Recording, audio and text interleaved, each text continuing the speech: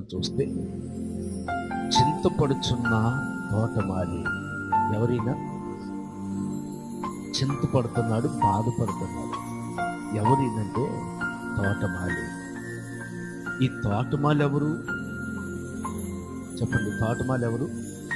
యేసుక్రీస్తు. యజమానుడు ఎవరు? యెహోవా దేవుడు. చెట్టు ఎవరు? క్రైస్తవుడిగా ఉన్న మనము. ఇప్పుడు యజమానుడు తోటలోనికి వచ్చాడు. తోటలోనికి వచ్చిన తర్వాత యజమానుడు తోటమాలితో చెప్తున్నాడు. ఏమంటున్నాడంటే, ఈ చెట్టు ఎందుకు ఉపయోగపడుతుంది? కొన్ని సంభాషణ జరుగుతూ ఆ తోట చుట్టూ తిరుగుతున్నప్పుడు ఈ చెట్టు కనబడింది.